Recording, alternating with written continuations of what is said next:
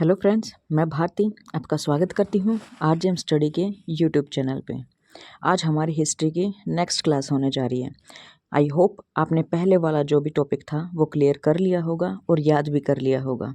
Students, ये सारे वो पॉइंट्स हैं जो आपके एग्ज़ाम में direct to the point question बन के आएंगे, तो प्लीज़ इनको बहुत ध्यान से रिवाइज़ कीजिएगा और हो सके तो इसी क्लास में देखते हुए याद कर लीजिएगा। तो चलिए हम आज का टॉपिक स्टार्ट करते हैं। स्टार्ट करने से पहले एक बात और बता देती हूँ आपको, अगर आपको इस टॉपिक की पीडीएफ चाहिए तो आप आरजेएम स्टडी के टेलीग्राम चैनल पे जुड़ सकते हो। तो चलिए स्टार्ट करते हैं। आज का हमारा टॉपिक रहेगा चालकोलिथिक एज, यानी कि ताम्रपाषाण काल। इसी काल में तांबे की खोज हुई थी। आपको पता होना चाहिए तांबा ही मानव के द्वारा प्रयुक्त की गई पहली धातु थी।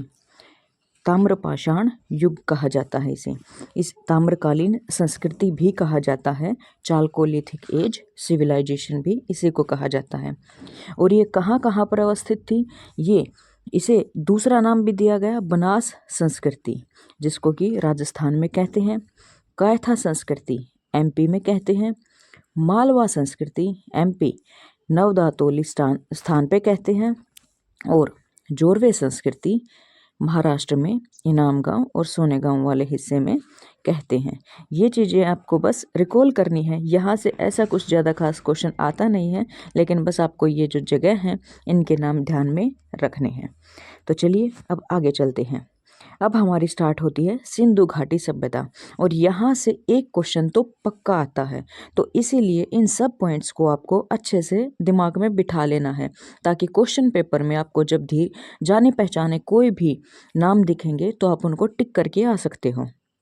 देखिए स्टार्ट करते हैं हम।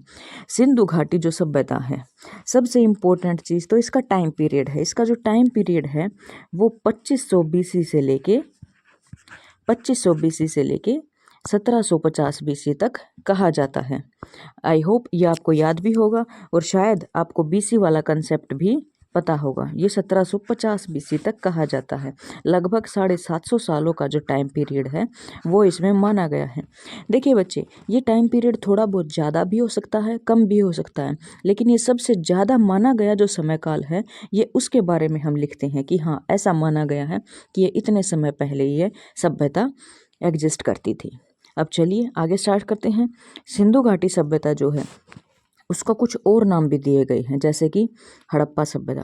अब हड़प्पा सभ्यता क्यों कहते हैं? हड़प्पा सभ्यता इसीलिए कहते हैं क्योंकि जो सबसे पहला स्थान खोजा गया था वो हड़प्पा था, इसीलिए इसका नाम हड़प्पा सभ्यता हो गया। अब कांस्य सभ्यता ये क्यों कहते हैं? क्योंकि इसमें कांसा धातु का प्रयोग हुआ था, इसलिए इसको कांस्य युगीन सभ्यता कहते हैं। अब एक और नाम है प्रथम नगरीय सभ्यता। हमारे हिस्ट्री में जो ज्ञात हमें जितनी भी सभ्यताएं मिली है, शहरी जो सभ्यता मिली है वो यही मिली है, इसीलिए हम इसको प्रथम नगरीय सभ्यता का नाम दे रहे हैं। अब सरस्वती सभ्यता क्यों कहते हैं? क्योंकि सरस्वती नदी के किनारे बसी हुई थी। सुमेरियन सभ्यता की बेटी क्यों कहते हैं? क्योंकि इनके जो व्यापार हैं दूसरे दूसरे देशों तक भी होते थे, और वहाँ से संबंधों के कारण भी इसे सुमेरियन सभ्यता की बेटी कहा गया है। अब आगे देखिए, पहली बार 1826 में चार्ल्स मैसन ने इसे खोजा था। फर्स्ट डिस्कवर्ड बाय चार्ल्स मैसन इन 1826। ये फैक्चुअल पॉइंट है, इसे बस आपको याद कर लेना है, इसमें ज़्यादा कुछ समझने वाली बात है नहीं। अब 1856 में बर्टन बंधुओं ने हड़प्पा सभ्यता की सूचना सरकार को दी थी। ठीक है, तो बर्टन बंधुओं ने सभ्यता की सूचना किसको दी थी? सरकार को। In 1856 the Burton brothers informed the government about the Harappan civilisation. उन्होंने ऐसा कुछ बताया कि पहले 1853 में जो देखिए 1853 में हमारे यहाँ पे रेलवे की शुरुआत हुई थी। तो जब वो पटड़ियाँ बिछाई जा रही थी जहाँ पर, तो रास्ते में इनको ये दिखा कि वहाँ पर ना कुछ ईंटें आने लगी। पहले तो इन्होंने कुछ ईंटों को वहाँ पर इस्तेमाल कर लिया, लेकिन बाद में जब पता चला कि वो ईंटें बहुत ज़्यादा मात्रा में निकल रही हैं, तब वहाँ पर सरकार का ध्यान गया था कि यहाँ पर ज़रूर खुदाई की जानी चाहिए, और किसी न किसी सभ्यता के यहाँ पर अवशेष बचे हुए हैं तो हमें उनको सहेज कर रखना चाहिए। तब वहाँ पर खुदाई शुरू हुई थी। अब इसका टाइम पीरियड ये मैंने आपको पहले बताया ही है। जो टाइम पीरियड है इसका वो है 2500 BC से लेकर 1750 BC तक।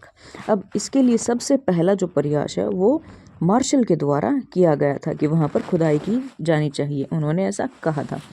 अब जो सबसे प्राचीन नगर हमें सभ्यता का मिलता है वो बिरढाना हरियाणा में मिलता है, जो कि 2014 में खोजा गया था और ये 7500 BC पुराना इसको बता रहे हैं। देखिए हम जो टाइम बता रहे हैं वो कितना बता रहे हैं, 2500 BC, और अब ये जो बता रहे हैं ये क्या कह रहे हैं, ये 7500 BC पुराना है। तो हो सकता है इससे भी पुराने कोई शहर अभी भी ज़मीन के नीचे दफन हों, लेकिन हमें पता ही नहीं है कि वो हैं कहाँ और कितने पुराने हैं। ये भी एक अनुमान के तहत बोला जा रहा है कि ये 7500 साल पुराना हो सकता है। अब जो सबसे बड़ा नगर है वो है राखीगढ़ी, अपने हरियाणा में ही है, और जो इसका क्षेत्रफल था वो लगभग 13 लाख वर्ग किलोमीटर के एरिए में था, 12,99,600 वर्ग किलोमीटर, जो कि बहुत ज़्यादा हो जाता है। ठीक है, और इसकी जो शेप थी कैसी, ट्रायंगुलर, इसकी शेप ट्रायंगुलर थी। और ये समाज मातृ सत्तात्मक था, यहाँ पर महिलाओं का बहुत ज़्यादा सम्मान किया जाता था। आप सोच के बताइएगा आज के समय में क्या इतना सम्मान होता है तो किस तरीके से होता है। इनकी जो लिपि थी वो भाव चित्रात्मक थी, पिक्टोग्राफी। अब आज के दिन हम जो उस लिपि को पढ़ नहीं पाए हैं, अभी तक वो डेसिफर नहीं कर पाए हैं। क्यों? क्योंकि हमें ये नहीं पता कि वो सिंबल्स के ज़रिए क्या रिप्रेजेंट करना चाहते थे। हमें वो चीज़ अवेलेबल हो गई है लेकिन हम उसको पढ़ नहीं पाए हैं, इसीलिए इसको आद्य ऐतिहासिक काल में मानते हैं, हम शामिल करते हैं। अब जो यहाँ पर पूजा होती थी, वर्शिप होती थी, वो पशुपति की और मातृ देवी की होती थी, उर्वरता की देवी, गॉडेस ऑफ फर्टिलिटी। अब देखिए आज के ये जो पहले वाले थे ना, ये बहुत साइंटिफिक काम करते थे। जैसे जो चीज़ इनको कुछ उपलब्ध करवाती थी, जैसे कि मिट्टी है, मिट्टी से इन्हें फसल मिलती थी, उसी को बेचकर ये जो व्यापार करते थे कुछ ना कुछ चीज़ों का, तो ये उसकी पूजा करते थे कि ये हमारे लिए बहुत इम्पोर्टेंट है। आज के दिन भी जैसे सूर्य है, सूर्य से सारी चीज़ें मिलती हैं, हमें किरणें मिलती हैं, भोजन भी पेड़ों का उसी से बनता है, हम उसी को खाकर जीवित रहते हैं। तो सन जो है आज के दिन अल्टीमेट सोर्स है कि अगर वो ना हो तो हमारे 90% काम रुक जाएंगे। तो ऐसे ही ये भी मातृ देवी की पूजा करते थे। अब व्यवसाय की बात आती है, बिजनेस की, वे लोग क्या करते थे, आयात और निर्यात करते थे, इंपोर्ट एंड एक्सपोर्ट पे निर्भर होते थे। जो यहाँ की सील हैं, यहाँ की सील दूसरी सभ्यताओं में, मेसोपोटामिया में भी वहाँ तक मिली हैं, और यहाँ पर हमें दूसरे हिस्सों की जो इराक से या कहीं और से भी होते थे, सुमेरियन सभ्यता से भी, वहाँ की सील भी हमें मिली हैं। अब आगे चलते हैं। सिंधु घाटी सभ्यता जो है 2 टीलों में विभाजित थी। The Indus valley civilisation was divided into 2 mounds. ज़्यादातर जितनी भी जगह हैं मोस्टली तो वो 2 टीलों में विभाजित थी, लेकिन सिर्फ एक जगह थी धोलावीरा, वो 3 टीलों में विभाजित थी, ईस्ट, वेस्ट एंड मिडल। एक में राजा रहता था, एक में प्रजा रहती थी और एक में सैनिक रहते थे। वो एक ऐसी जगह थी जो 3 टीलों में विभाजित थी, बाकी सभी 2 में थी। और ये जो है बच्चे, आपका एक सवाल आता है कि कौन सी जगह 3 टीलों में विभाजित थी, तो आपको याद रखना है धोलावीरा ही वो जगह थी जो 3 टीलों में विभाजित थी। So Dholavira was divided into 3 mounds. I hope ये आपको क्लियर हो गया होगा। तो चलिए अब हम इसके जो लास्ट पॉइंट जो हमें आज तक मिले हैं कि ईस्ट में कौन सा पॉइंट मिला, वेस्ट में कौन सा, साउथ में कौन सा, नॉर्थ में कौन सा, उनके बारे में बात करते हैं। और ये जो आपका डायग्राम है बेटा, ये मोस्ट इम्पोर्टेंट है, इसको आपको रट लेना है, वीडियो को अभी पॉज करके याद कर लेना है जैसे ही मैं बताती हूँ आपको। तो देखिए नॉर्थ में है मांडा जो कि चेनाब नदी के किनारे है और जम्मू एंड कश्मीर में है। मैं फिर से बताती हूँ, नॉर्थ में है मांडा, चेनाब नदी के किनारे है और जम्मू और कश्मीर में है। साउथ में है दायमाबाद जो कि महाराष्ट्र में है और गोदावरी की एक सहायक नदी के पास में है परवस। अब ईस्ट में है आलमगीरपुर जो कि हिंडन नदी के किनारे है। वेस्ट में है सुतकांगेडोर जो कि पाकिस्तान में है आज के दिन और वो दाश्क नदी के किनारे हैं। बेटा ये आपको ऐसे डायग्राम खुद से बनाना है, नॉर्थ, साउथ, ईस्ट, वेस्ट, और आप इनके नाम एक बार लिखोगे, पहले स्टेट लिख लीजिए, J&K, ये महाराष्ट्र में, ये यूपी में और ये पाकिस्तान के। सूतकांगे डोर में। तो आप इनको ऐसे ऐसे करोगे ना तो आपको फिर नदियों के नाम बोल लीजिए, फिर जगह का नाम बोल लीजिए। ये चारों चीज़ें आपको पक्की याद होनी चाहिए, क्योंकि एग्जामिनर इनसे क्वेश्चन जरूर बनाता है। और यूपीएससी और स्टेट पीसीएस में इनमें से क्वेश्चन डेफिनेटली आता है, डैम श्योर यहाँ से क्वेश्चन आता ही आता है। तो चलिए अब हम आगे चलते हैं। अब कुछ सिंधु घाटी के जो स्थल हैं उनके बारे में हम बात करते हैं। इसमें सबसे इम्पोर्टेंट जो स्थल है वो है हड़प्पा। उसकी जो खोज हुई थी 1921वें रावी नदी के किनारे जो हड़प्पा स्थल है, और ये दयाराम साहनी इसने की थी, जो कि आज के दिन पाकिस्तान में है। और इसके अध्यक्ष यहाँ पर कौन थे? John Marshall. फिर से देखिए, हड़प्पा जो जगह है उसकी खोज 1921 में हुई थी, दयाराम साहनी ने की थी, जो कि आज के दिन पाकिस्तान में स्थित है। अब आगे देखिए, मोहनजोदड़ो की खोज 1922 में हुई थी। ये सिंधु नदी के किनारे हैं। इसे राखलदास बनर्जी या फिर इसका दूसरा नाम भी मिलता है आर.डी. बनर्जी, ये भी जगह पाकिस्तान में है। और आपको याद रखना है कि राखलदास बनर्जी ने 1922 में मोहनजोदड़ो की खोज की थी। फिर से दोहरा दूं, हड़प्पा 1921, मोहनजोदड़ो 1922, चन्हूदड़ो 1934 जो कि सिंधु नदी के किनारे हैं, और आर मजूमदार ने इसकी खोज की थी, जो कि आज के दिन पाकिस्तान में है। धोलावीरा 1967 से 68 जो कि लूनी नदी के किनारे है, आर.एस. बिष्ट और जे.पी. जोशी ने की थी, जो कि आज के दिन गुजरात में है। ये भी आपकी इम्पोर्टेंट साइट है, इसको भी आपको याद करना है। और अभी मैंने बताया था धोलावीरा ही वो जगह थी जो 3 माउंट्स में डिवाइडेड थी। अब उसके बाद देखिए लोथल इम्पोर्टेंट क्यों है? एक तो ये इंडिया में, दूसरा यहाँ से क्या होता था, यहाँ पर इंपोर्ट और एक्सपोर्ट का काम होता था, क्योंकि यहाँ पर एक डॉक यार्ड है, यहाँ पर क्या है, एक बंदरगाह है। तो आपको ये याद रखना है, लोथल बहुत इंपॉर्टेंट जगह है जहाँ पर बंदरगाह है। ठीक है, जो लोथल की खोज है 1954 में S.R. राव ने की थी, जो कि लोथल भोगवा नदी के किनारे है। और ये क्वेश्चन तो बहुत बार पूछा भी गया है कि लोथल कौन सी नदी के किनारे स्थित है। तो आपको ये याद कर लेना है कि लोथल कौन सी नदी के किनारे स्थित है, भोगवा नदी के किनारे। चलिए अब आगे चलते हैं। बनावली हरियाणा में है। बनावली की खोज आर.एस. बिष्ट ने की थी, और ये द्वस्तती या फिर सरस्वती नदी के किनारे हैं, और इसकी खोज 1974 में की गई थी। उसके बाद आता है कालीबंगन, जो कि राजस्थान में है, घग्गर नदी के ही किनारे है। वो 1953 में की गई थी अमलानंद घोष के द्वारा और बी.के. थापड़ के द्वारा। अब उसके बाद देखिएगा, रोपड़ जो जगह है वो पंजाब में है, और ये सतलज नदी के किनारे हैं। इसकी खोज 1953 में की थी, वाई.डी. शर्मा ने इसकी खोज की थी। उसके बाद हम चलते हैं राखीगढ़ी हरियाणा में है, जो कि घग्गर नदी के किनारे हैं। इसकी खोज 1963 में की गई थी। अब हमारा आता है सुटकोटडा, जो कि 1964 में गुजरात में स्थित है, और जे.पी. जोशी ने इसकी खोज की थी। अब आप समझ गए होंगे कि इन पॉइंट्स को बिल्कुल अच्छे से याद कर लेना है, क्योंकि कहीं से भी आपका क्वेश्चन बन के आ सकता है और एग्जामिनर कहीं से भी आपको फंसा सकता है। अब कुछ एक जगह हैं जो कि पाकिस्तान में ही हैं, देखिएगा, अमरी, कोटदीजी, अल्लाह दिनो, गणेरी वाला, ये सबसे बड़े स्थल हैं। ये आपको याद कर लेने हैं, अमरी, कोटदीजी, अल्लाह दिनो, गणेरी वाला, ये सबसे बड़े स्थल हैं। और हरियाणा में कौन कौन सी जगह हैं? हरियाणा में बालू, भगवापुरा, मित्ताथल, ये मीनाथल नहीं है, यहाँ पे आएगा मित्ताथल, और कुणाल, ये सबसे इम्पोर्टेंट है। कुणाल, जब आप हरियाणा जी के पढ़ोगे तो भी आपको समझ में आ जाएगा कि ये चीज़ें कितनी ज़्यादा इम्पोर्टेंट रहने वाली हैं। ठीक है, राजस्थान में क्या है?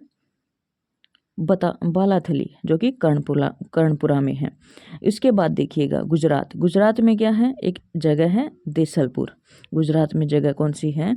देसलपुर, पणुथम, कुंतासी, रंगपुर से चावल के साक्ष्य मिले हैं। रंगपुर से क्या मिला है बच्चों आपको? चावल के साक्ष्य मिले हैं। और इससे आगे एक जगह और है मालवण, गुजरात में ये जगह स्थित है। इसके बाद आता है उत्तर प्रदेश में क्या है? सानोली में हुलास और मांडी, ये जगह उत्तर प्रदेश में है। और पंजाब में बाड़ा और दघेरी। बस ये नाम आपको बस पढ़ लेने हैं बच्चे। इन नामों से ऐसे क्वेश्चन आता नहीं है कि ये जगह कहाँ पर है, लेकिन क्वेश्चन जहाँ आता है वो ये 10 पॉइंट है ना, इनमें से है कि कौन से साल में और इस जगह की खोज हुई, उनका खोजकर्ता का नाम पूछ लेते हैं या फिर साल पूछ लेते हैं या फिर नदी पूछ लेते हैं कि ये जगह कौन सी नदी के किनारे हैं। तो चलिए मैं एक बार फिर से आपको इस सभी टॉपिक को, पूरे टॉपिक को जितना भी हमने पढ़ा है इसको रिवाइज करवा देती हूँ ताकि आपको कोई दिक्कत ना हो। देखिए हमने स्टार्ट किया था चालकोलिथिक एज से। चालकोलिथिक एज जो है इसमें तांबे की खोज हुई थी, इसीलिए इसे ताम्र पाषाणकालीन संस्कृति कहा जाता है। मानव द्वारा प्रयुक्त ये पहली धातु थी, ठीक है। और इसी संस्कृति के बनास संस्कृति कहते हैं राजस्थान में, कायथा संस्कृति एमपी में, मालवा संस्कृति एमपी नवधातुल स्थान में, और जोरवे संस्कृति महाराष्ट्र के इनाम गांव में कहते हैं। तो इसमें आपको ज़्यादा दिक्कत होनी नहीं चाहिए। अब हम आगे चलते हैं। सिंधु घाटी सभ्यता, इसके जो अदर नाम है, दूसरे जो भी नाम है इसके, हड़प्पा, कांस्य युगीन सभ्यता, प्रथम नगरीय सभ्यता, सरस्वती सभ्यता और सुमेरियन सभ्यता की बेटी भी इसी को कहा जाता है, सिंधु घाटी सभ्यता को। और इसको 1826 में चार्ल्स मैसेन ने खोजा था। इसको 1826 में चार्ल्स मैसेन ने खोजा था। अब उसके बाद बारी आती है 1856 में बर्टन बंधुओं ने हड़प्पा सभ्यता की सूचना सरकार को दी थी।